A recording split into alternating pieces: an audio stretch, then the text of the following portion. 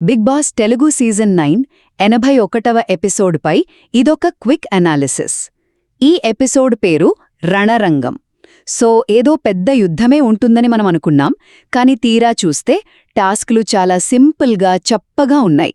అసలైన fight miss అయినా సరే కొంతమంది కంటెస్టెంట్ల పర్ఫార్మెన్సులు మాత్రం బాగా హైలైట్ అయ్యాయి.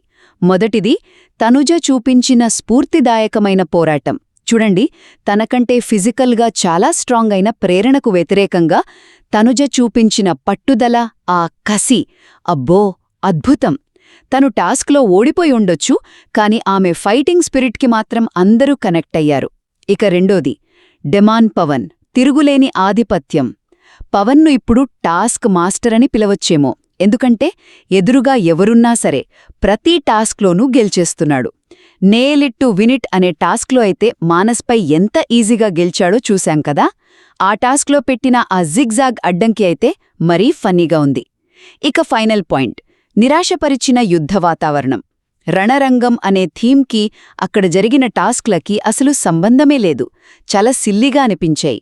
పాత కంటెస్టెంట్లు తిరిగొచ్చినా ప్రేరణలాంటి కొందరు తప్ప మిగతావాళ్లు అంత సీరియస్గా ఆడలేదు. సో ఆ పోటీ అనేదే కనిపించలేదు. మొత్తం మీద చూస్తే ఎపిసోడ్ పేరుకి టాస్క్లకి అస్సలు సింక్ లేదు. కొందరు కంటెస్టెంట్ల ఆటతీరే ఈ ఎపిసోడ్లో కాస్త గుర్తుండిపోయే అంశం.